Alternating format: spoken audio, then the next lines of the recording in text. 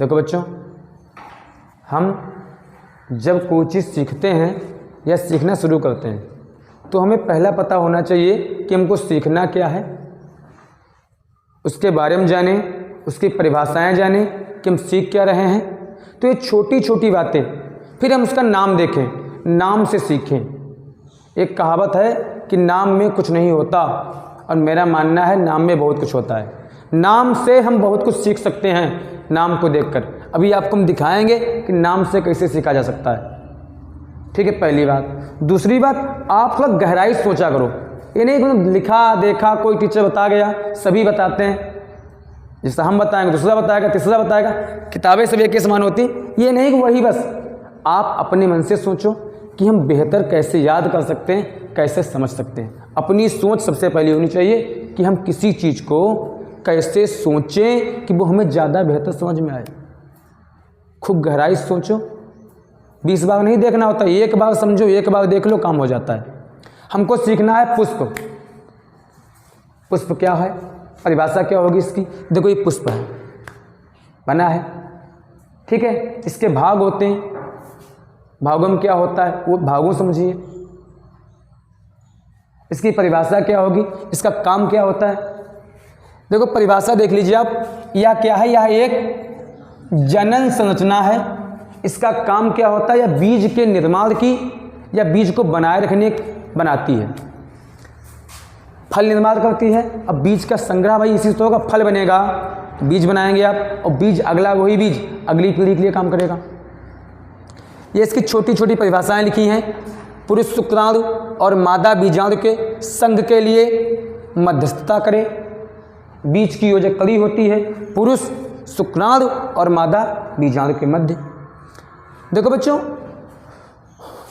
माना जाता है कि ऐसा कह सकते हैं कि पुष्प के मूलतः 4 भाग हैं ही भाग 4, लेकिन 2 ऐसे भाग जो पुष्प के लिए ही भाग होते हैं, जो हमारे पुष्प के लिए कार्य करते हैं, पुष्प के साथ संलग्न लगे रहते हैं, वो पुष्प के भाग नहीं हैं, फिर भी पुष्प के भाग में ही आते हैं। वो होते हैं हमारे, एक वृंत होता है और दूसरा होता है पुष्पासन। ये पुष्प के ही 2 भाग होते हैं। पहला होता है पुष्प वृंत और दूसरा पुष्पासन। वृंत का काम, वृंत का सीधा कई काम है इसके। वृंत जो है मान लीजिए डंडी नुमा, डंडी होती है नीचे, देख लीजिए वृंत है। ये क्या हो गया? वृंत हो गया। ये क्या करता है? ये भाई जब डाली से फूल लगा होगा तो ये वृंत उसको सीधा खड़ा रखेगा। इससे क्या होगा? फूल सीधा रहेगा। किसी को आपको देना है, उपहार में दे सकते हैं इसे करके। लड़कियां लगाती हैं, बालों वालों में लगाती हैं, ऐसे लगा लेती हैं सीधे। कोट में लगाया जाएगा, ऐसे लगा लेते हैं। वो लगाते थे, जवाहरलाल नेहरू लगाते, इसे लगा लेते थे। ठीक है। एक लकड़ी का कठोर भाग होता है जो पुष्प को सीधा रखेगा। गिफ्ट दे दीजिए, गमले में रख दीजिए, किसी को देना हो, लगाना वालों में, ये छोटे छोटे पहचाने इसकी है जिससे आप इसको पहचान सकते हैं। ये आपका हो गया वृंत। और जहाँ पे जुड़ा होता है, लगा होगा, उसी को हम कहते हैं पुष्पासन। जहाँ पे मिला जाके है, इसे क्या कहेंगे? पुष्पासन। पुष्पासन जो है वह भाग है जिसपे पूरा पुष्प रखा होता है। या कह सकते हैं, इसकी परिभाषा कैसे बना सकते हैं भाई? पुष्प प्लस आसन। पुष्प के बैठने का स्थान कहलाएगा, मैंने पुष्प इस पे बैठा है, पुष्प का आसन है, पुष्प के जितने भाग होंगे सब इसी बैठे होंगे, रखे होंगे, हो गया पुष्पासन। हमने कहा था विच्छेद से सीखिए, तोड़िए सीखिए, नाम से सीखिए।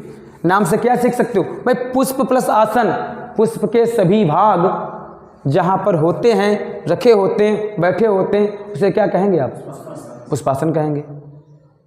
हाँ, ये बात और है, ये पुष्पासन भाई जैसा फूल वैसा पुष्पासन उसका। छोटा फूल तो छोटे पुष्पासन, बड़ा फूल तो बड़ा पुष्पासन। हम लोग बचपन में छोटे थे तो छोटी कुर्सी बैठते थे, बड़े हुए कुर्सी बड़ी हो गई, तो जैसा पुष्प उसका पुष्पासन भी उसी प्रकार का होता है। ये देखो मूलतः हरे रंग का होता है। इस पर आप एक बात ध्यान, कभी कभी ऐसा भी देखा गया है कि कुछ फूलों में पुष्पासन भी आकर्षण का काम कर देता है। जब कली अवस्था में फूल होता है तो पुष्पासन भी उसको खींचता है अपनी तरफ है, उसको देखकर तितलियाँ आ जाती हैं। ये पुष्प का भाग भी कह सकते हो, आकर्षक भाग। बाकी भाग की अपेक्षा एक कम होता है आकर्षक भाग ही, जो नीचे होता है ये भी कभी कभी आकर्षक का काम कर देता है। इसको भी देखकर भंवरे वगैरह आ जाते हैं जब छोटा होता है। उसके बाद अगला भाग कौन भैया हमारा है, जो मेन भाग इसके होते हैं, वो पहला भाग मेन इसका होता है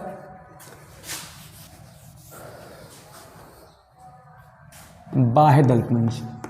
ये पुष्प का पहला प्रमुख भाग है, बाह्य दलपुंज। बच्चों आपने अभी वृंत और पुष्पासन सीखा, ये इसके भाग थे परंतु प्रमुख भाग नहीं थे। और ये जो बाह्य दलपुंज है ये पहला प्रमुख भाग इसका होता है। बाह्य माने होता है बाहरी, दल माने समूह और पुंज माने प्रकाशित। जो बाहर से चमकीला भाग होगा उसे हम कहेंगे बाह्य दलपुंज। बाह्य दलपुंज जो है बाहर से चमकीला भाग, ये पूरा फूल को घेरे रहता है, बंद किए ऐसे, और इसके अंदर फूल के सभी भाग होते हैं। बाह्य दलपुंज एक किताब में कवर देखा आप लोगों ने, बस उसे लिपटा होता है, पूरा इसके अंदर फूल रखा होगा। जब फूल कली अवस्था में आएगा तो धीरे धीरे खुलता जाएगा, हटता जाएगा और हट के उसके नीचे आ जाता है। नीचे क्यों आ जाएगा, उस जो बाह्य दलपुंज होगा भाई उस पूरे पुष्प के सभी भागों को बंद किए होता है। बंद कहा करता है, सुरक्षा देता है। किसकी बात के लिए कि देखो जब फूल छोटा है कली अवस्था में है तो क्या होगा कि ये जैसे कली अवस्था में फूल है, तितलियां हैं, भंवरे हैं, ठीक है, इसको नष्ट ना कर दें, इसे खा न जाएं, इसलिए इसको बंद किए होता है कि इसके भागों को बचाता है। जैसे माँ अपने पेट में बच्चे को बहुत हिसाब से रखती है, 9 महीने तक हिफाजत करती है, जब तक वो बड़ा नहीं हो जाता या पैदा नहीं हो जाता। पैदा हो जाएगा ठीक है, सब कुछ सही है। तो ऐसे पुष्पासन क्या है, जो बाह्य दलपुंज क्या है, बाह्य दलपुंज जो है उसको पूरी तरीके से सुरक्षा देता है जब तक वो कली अवस्था में नहीं आ जाता। कली अवस्था में आ जाएगा आराम से हट जाएगा, फूल ऊपर निकल आता है, उसके सभी भाग ऊपर आने लगते हैं, हट जाएगा, नीचे की ओर झुक जाता है। उसका अगला भाग होता है दलपुंज। कौन भाग है, दलपुंज। अगला भाग होता है पुष्प का दलपुंज। जो दलपुंज होता है, ये देखो ये दलपुंज है, क्या है ये दलपुंज। ये वो भाग होता है जो सबसे अधिक आकर्षण का काम करता है। हम लोग देखते हैं दलपुंज को देखते हैं, तितलियाँ, भंवरा सब कहाँ जाते हैं, दलपुंज को देख कर जाते हैं। ये सुगंधित भाग होता है, इसी सुगंध आती है, ठीक है।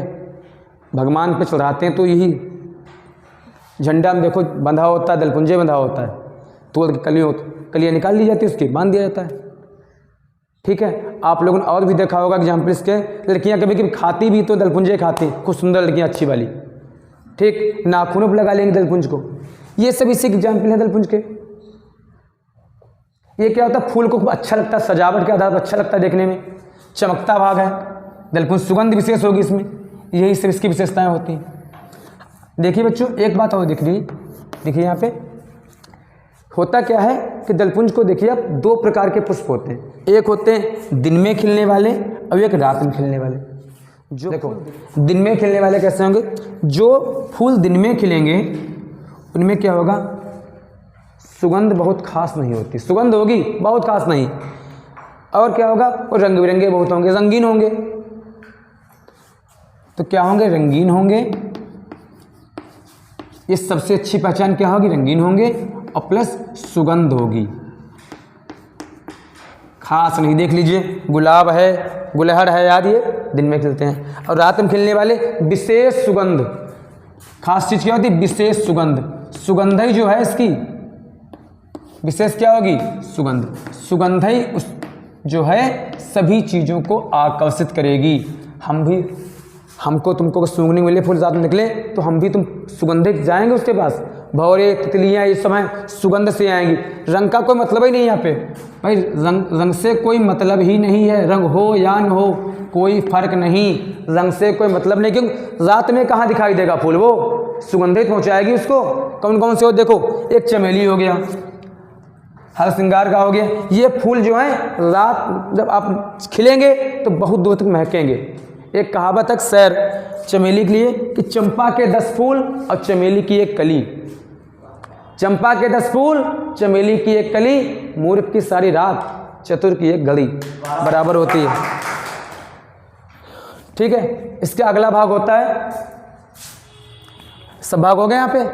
ठीक है, इसके 2 भाग बचे हैं। देखो, पहला हुआ पुमंग जो पुरुष का होता है, दूसरा है जायांग, ये होता है महिला का।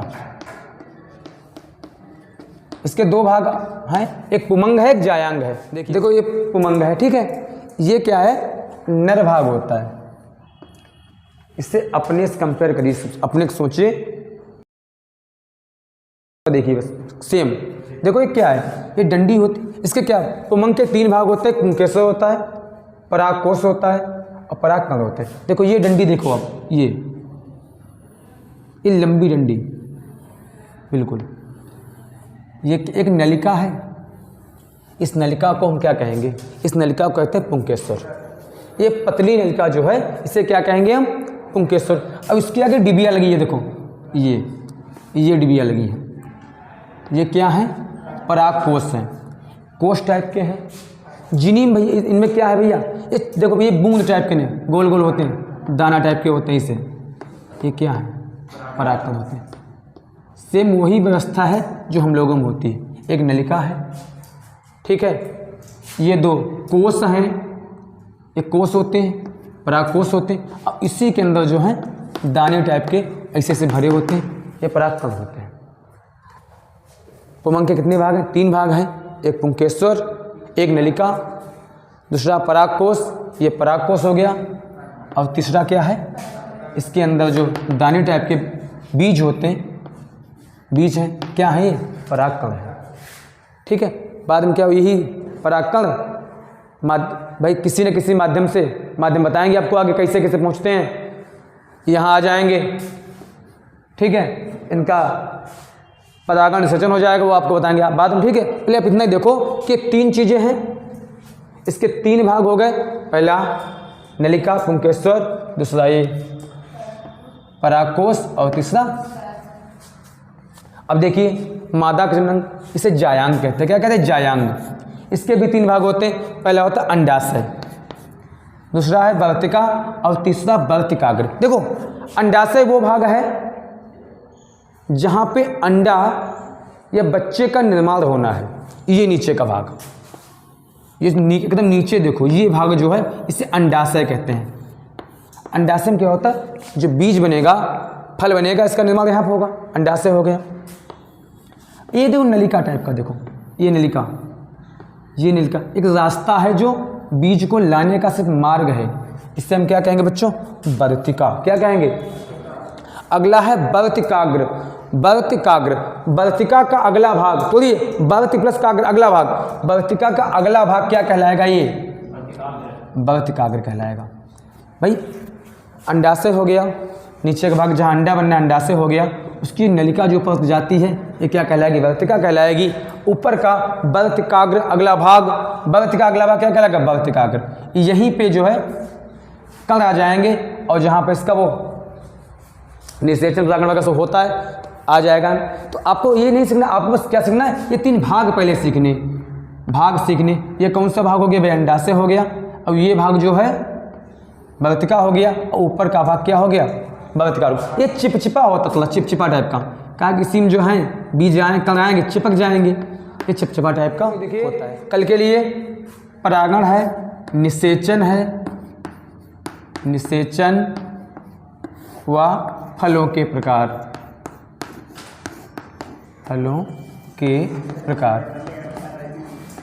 सत्य फल है,